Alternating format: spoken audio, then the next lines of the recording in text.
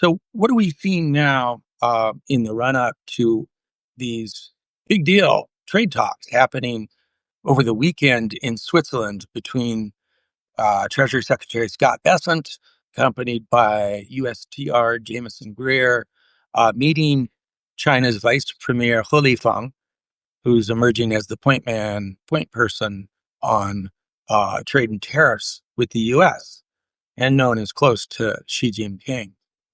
Well, Wednesday, China took some big economic measures to try to stimulate its economy, both by announcing a cut in interest rates effective today, as well as a reduction in reserve ratios that the banks need to hold in order to, again, inject more stimulus into the economy.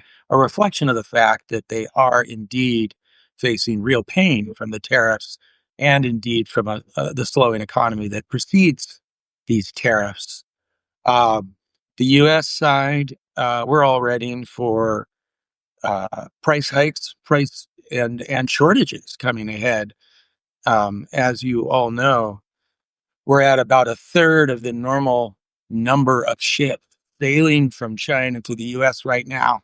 So, and as I mentioned to you earlier, Walmart and Target met with Trump recently to tell him, warn him that those shortages and price hikes are coming. What are both sides saying in the run up to this big meeting? Well, President Trump earlier today, how did he put it? He said that tariffs will be coming down, coming down. Good news if that's actually going to happen. Trump heard it first from Trump. Um, and he said he expects a quote, very friendly meeting. So trying to drum this up and push the mood in the right direction. Uh, Treasury Secretary Scott Bessent, as you know, already said earlier, this meeting is about, quote, de escalation, not about a big trade deal. Step by step, he's trying to temper expectations. He also said the present situation is equivalent to a embargo, which it is 145, 125% tariffs, corresponding tariffs on each other. That basically shuts most of the trade down going forward. China actually is continuing to talk tough. On the one hand, Reuters is reporting they quietly moved to exempt American goods, including aircraft parts, pharmaceuticals, and some semiconductors from tariffs, something you read about in Trade War earlier.